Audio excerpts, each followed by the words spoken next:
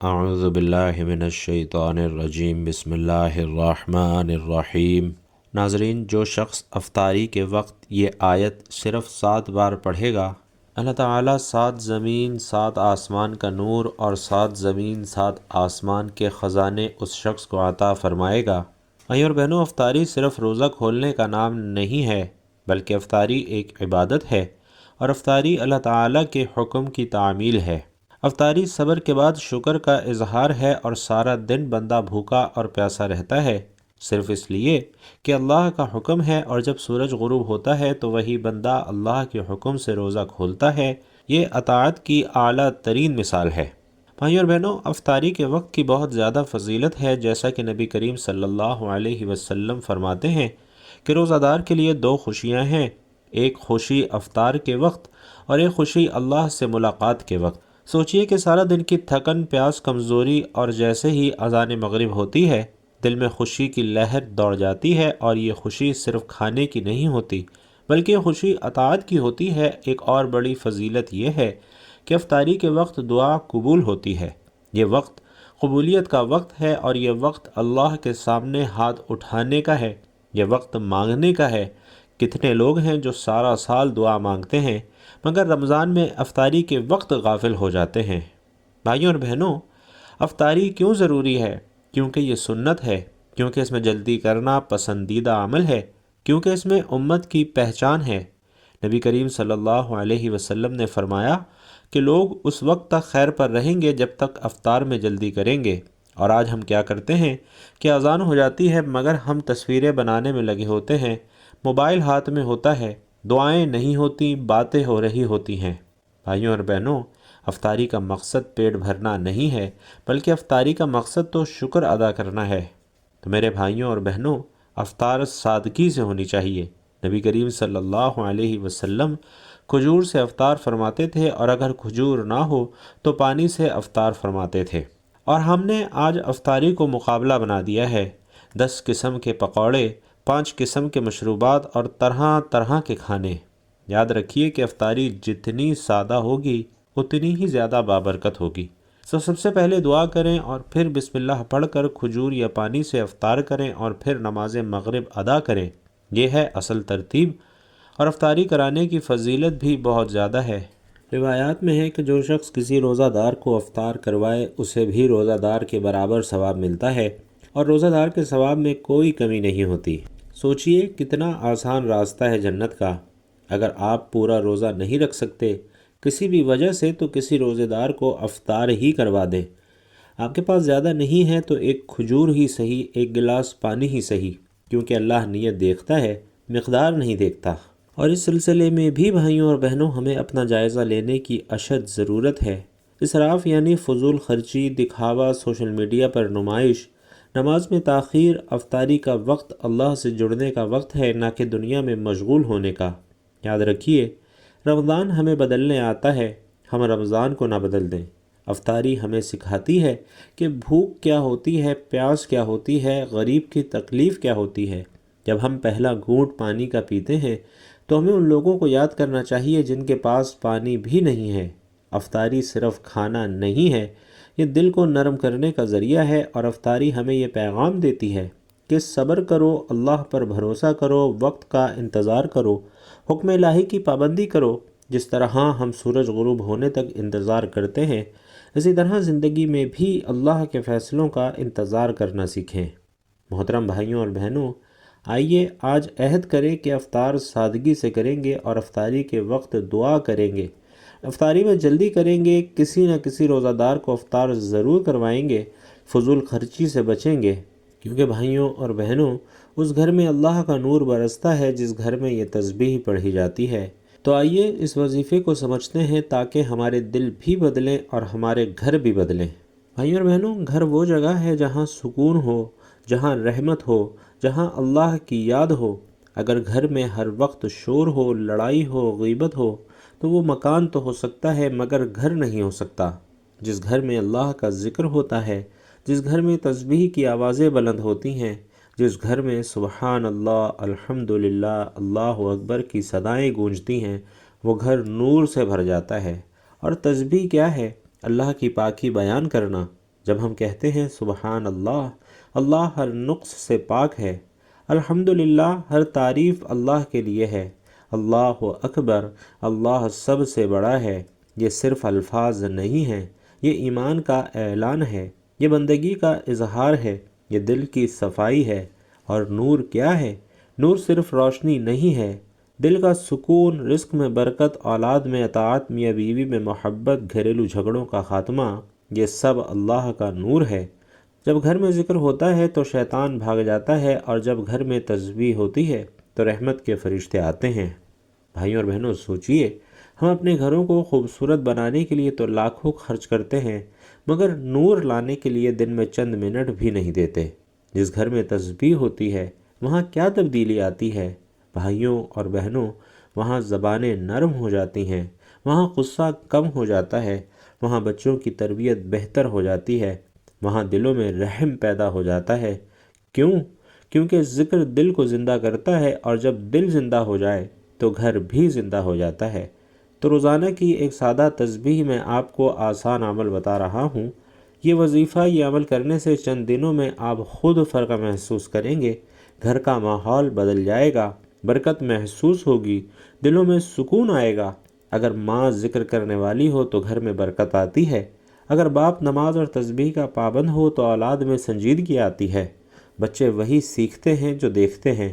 اگر وہ ماں کو موبائل پر دیکھیں گے تو وہ بھی موبائل پکڑیں گے، اگر وہ ماں کو جائے نماز پر دیکھیں گے تو وہ بھی نماز کی طرف آئیں گے۔ ہم شکایت کرتے ہیں کہ گھر میں سکون نہیں ہے، کاروبار میں برکت نہیں ہے، اولاد کہنا نہیں مانتی، دل بے چین ہے، مگر ہم نے کبھی سوچا ہے کہ آخری بار ہمارے گھر میں اجتماعی ذکر کب ہوا تھا؟ آخری بار ہم نے بچوں کو بٹھا کر تسبیح کب کروائی تھی؟ بھائیوں اور بہنوں، نور خود نہیں آتا، نور کو لانا پڑتا ہے، اور نور اللہ کے ذکر سے ہی آتا ہے۔ تو آئیے یہ عہد کریں کہ روزانہ کم از کم 10 منٹ پورا خاندان بیٹھ کر ذکر کرے گا۔ کوئی مشکل نہیں ہے، کھانے کے بعد سب بیٹھ جائیں، تسبیح پڑھ لیں، درود شریف پڑھ لیں، استغفار کر لیں۔ دیکھیے، یہی لمحات آپ کے گھر کو جنت کا نمونہ بنا دیں گے۔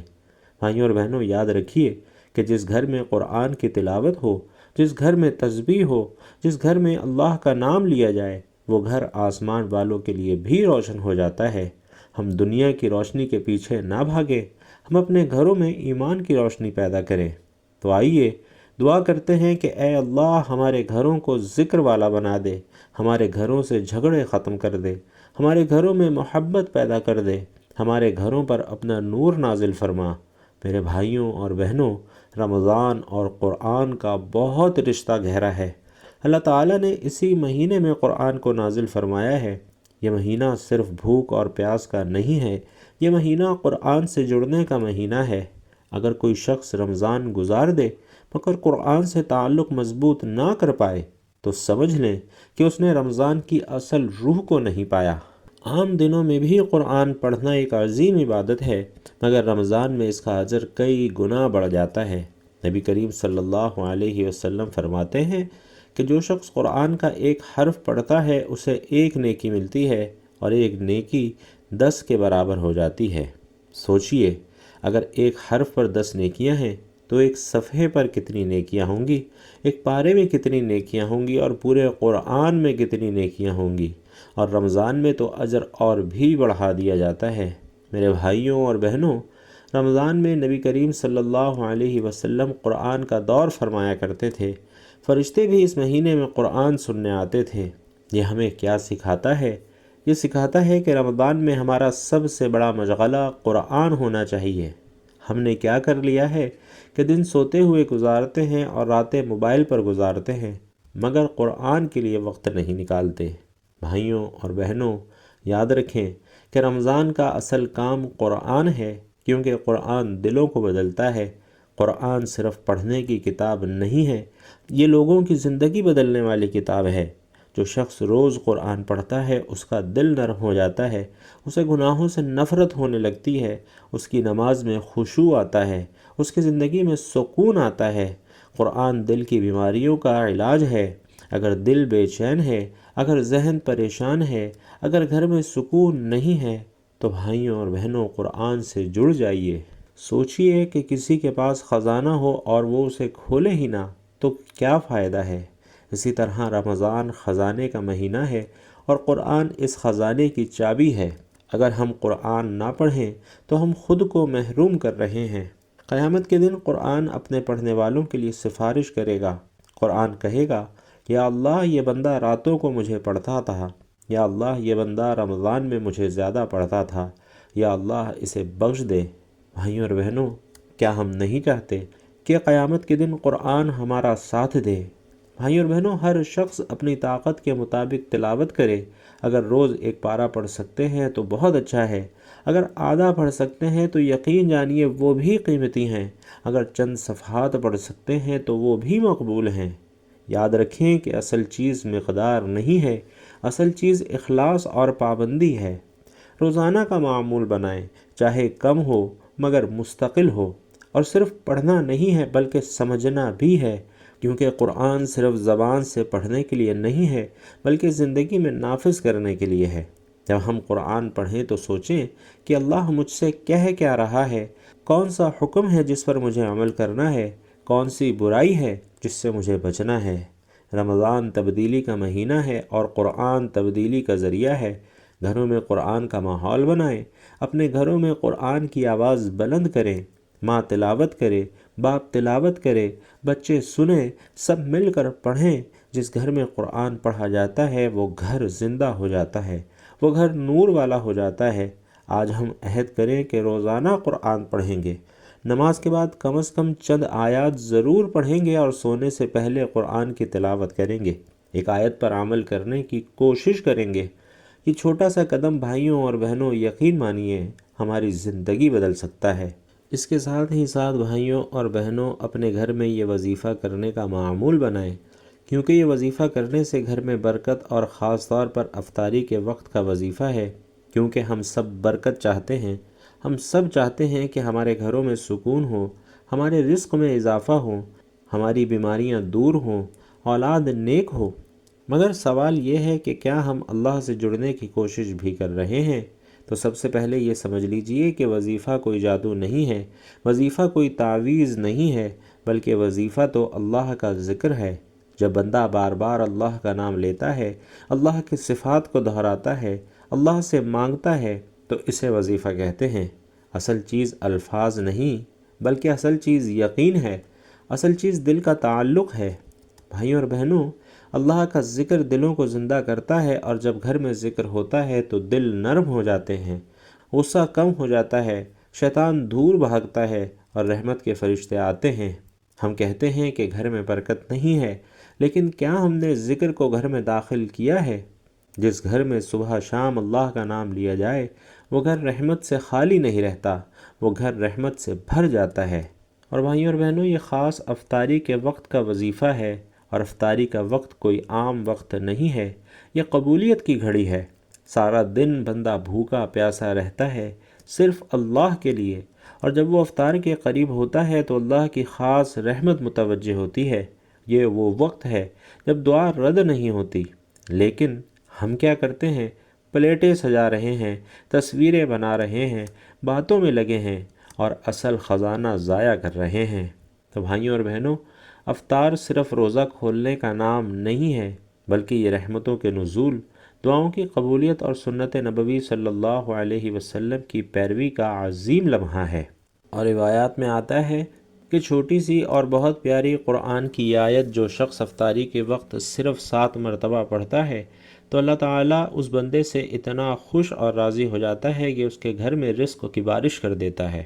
تو ناظرین، افطاری کا وقت وہ وقت ہے جو دعاؤں کی قبولیت کا وقت ہے، اور اس وقت ایک گھڑی ایسی ہے جس میں ہر دعا فوراً قبول ہو جاتی ہے۔ تو جو قرآن کی یہ سردار آیت پڑھ کر جو بھی مانگے گا، انشاءاللہ ہاتھ نیچے آنے سے پہلے اس کی وہ دعا قبول ہو چکی ہوگی۔ بھائیوں اور بہنوں، اسلام ایک کامل دین اور جامع دین ہے جو زندگی کے ہر پہلو میں رہنمائی فراہم کرتا ہے۔ تو ناظرین، وقت کی نزاکت کو مد نظر رکھتے ہوئے آج کے وظیفے کی جانب چلتے ہیں کہ قرآن کی وہ کون سی سردار آیت ہے کہ جس کو آپ نے افطاری کے وقت پڑھنا ہے۔ اللہ کے ولی کہتے ہیں کہ اس آیت کو پڑھنے والا بیٹھے بٹھائے مالدار ہو جاتا ہے، اس کی تمام حاجات پوری ہو جاتی ہیں، اس کی تنگ دستیاں دور ہو جاتی ہیں، اس کی مالی پریشانیاں دور ہو جاتی ہیں، اس کو اللہ تعالیٰ غیب سے رزق عطا فرماتا ہے اور اتنا عطا فرماتا ہے کہ وہ خود دیکھ کر حیران رہ جاتا ہے۔ تو ناظرین، آپ نے وظیفہ کرنے کے لیے سب سے پہلے وضو کر لینا ہے، اور باوضو جب آپ دسترخوان پر بیٹھ جائیں تو افطاری سے کچھ دیر پہلے سب سے پہلے آپ نے پیارے آقا صلی اللہ علیہ وسلم کی ذات اقدس پر درود پاک کا نذرانہ پیش کرنا ہے۔ اللہم صلی علی محمد وعلی آل محمد کما صلیت علی ابراہیم وعلی آل ابراہیم انک حمید مجید۔ اللہم بارک علی محمد وعلی آل محمد کما بارکت علی ابراہیم وعلی آل ابراہیم انک حمید مجید۔ درود پاک پڑھنے کے بعد جو آپ نے آیت 7 مرتبہ پڑھنی ہے وہ سورۃ البقرہ کی آیت ہے، جسے آیت الکرسی بھی کہتے ہیں اور جس کی بہت زیادہ اہمیت اور فضیلت ہے۔ قرآن کریم کی تمام آیات سے عظیم آیت آیت الکرسی ہے، جس کی فضیلت صحیح احادیث سے ثابت ہے۔ یہ اللہ تعالیٰ کی صفت جلال، اس کی عالی شان اور اس کی قدرت و عظمت پر مبنی نہایت جامع آیت ہے۔ آیت الکرسی بہت بڑی عظمت اور رفعت والی آیت ہے، اور اس بلندی اور برتری کا سبب اس میں بیان کردہ باتیں ہیں۔ یہ رب العالمین کی توحید، ان کی کبریائی بڑائی صفات پر مشتمل ہے۔ قرآن کریم کی ہر آیت عالی مرتبہ اور عظیم القدر ہے، لیکن ان میں عظیم ترین آیت آیت الکرسی ہے۔ آیات قرآنیہ میں سے یہ واحد آیت کریمہ ہے کہ جس کو پیارے آقا صلی اللہ علیہ وسلم نے بطور وظیفہ کثرت کے ساتھ تلاوت فرمایا ہے، اور صحابہ کرام اور امت مسلمہ کو تلاوت کی بار بار تاکید فرمائی ہے۔ تو اس لیے ہر مسلمان کو چاہیے کہ وہ اس کو بطور وظیفہ اپنانے کی ضرور کوشش کرے، اور اس آیت کے فیوز و برکات کو سمیٹنے کا اہتمام کرے۔ اور نبی کریم صلی اللہ علیہ وسلم کی متعدد احادیث سے بھی ثابت ہے کہ یہ آیت الکرسی قرآن کریم کی عظیم ترین آیت ہے، اس لیے کہ اس میں ذات باری تعالیٰ کی توحید، اس کی عظمت اور اس کی صفات کا بیان ہے۔ تو بھائیوں اور بہنوں، آپ نے 7 مرتبہ آیت الکرسی پڑھنی ہے۔ آئیے صحیح تلفظ اور خیر و برکت کی نیت سے ایک مرتبہ میرے ساتھ بھی آیت الکرسی کی تلاوت کر لیجئے۔ بسم اللہ الرحمن الرحیم۔ اللہ لا الہ الا هو الحی القیوم لا تأخذہ سنۃ ولا نوم لہ ما فی السماوات وما فی الارض من ذا الذی یشفع عنده الا بإذنہ یعلم ما بین ایدیہم وما خلفہم ولا یحیطون بشیء من علمہ الا بما شاء وسع کرسیہ السماوات والارض ولا یعودہ حفظہما وہو العلی العظیم۔ 7 مرتبہ آپ نے آیت الکرسی پڑھنی ہے، نہایت عقیدت کے ساتھ، ٹھہر ٹھہر کے، خلوص کے ساتھ، یقین اور اعتماد کے ساتھ پڑھنی ہے۔ اور 7 مرتبہ آیت الکرسی پڑھنے کے بعد آپ نے اتنا ہی درود پاک پڑھ لینا ہے جتنا آپ نے وظیفہ شروع کرنے سے پہلے پڑھا تھا۔ بھائیوں اور بہنوں، یہ قرآن پاک کی بہت ہی پیاری اور سردار آیت ہے، جس کی تلاوت سے شیاطین گھروں سے بھاگ جاتے ہیں، اور اللہ تعالیٰ کی رحمتیں اس گھر پر برستی ہیں، اور انسان اللہ تعالیٰ کی حفظ اور امان میں آ جاتا ہے۔ اس کی تمام خواہشات، تمام حاجات، تمام تمنائیں پوری کر دی جاتی ہیں، اور وہ شخص بیٹھے بٹھائے مالدار ہو جاتا ہے۔ تو بھائیوں اور بہنوں، قرآن کی تلاوت روحانی، جسمانی اور دنیاوی فائدے فراہم کرتی ہے۔ یہ اللہ سے تعلق مضبوط کرتی ہے، مشکلات آسان کرتی ہے، بیماریوں سے نجات دلاتی ہے، اور آخرت میں کامیابی کا ذریعہ ہے۔ اس لیے ہمیں روزانہ قرآن پڑھنے اور اس پر عمل کرنے کی کوشش کرنی چاہیے، اور اس وظیفے کو رمضان میں ضرور اپنا معمول بنانا چاہیے۔ اللہ رب العزت سے دعا ہے کہ ہم سب کو نیکی کی بات سننے، سمجھنے اور اس پر عمل کرنے کی طاقت اور توفیق مرحمت فرمائے۔ میرا سنانا اور آپ کا سننا اپنی بارگاہ میں قبول و منظور فرمائے، آمین یا رب العالمین۔ بھائیوں اور بہنوں، آخر میں آپ سے گزارش ہے کہ بیان اچھا لگا ہو، ویڈیو پسند آئی ہو تو کمنٹ باکس میں ایک مرتبہ صدق دل سے سبحان اللہ ضرور لکھتے جائیے گا۔ اللہ تبارک و تعالی آپ سب کا حامی و ناصر ہو، آمین یا رب العالمین۔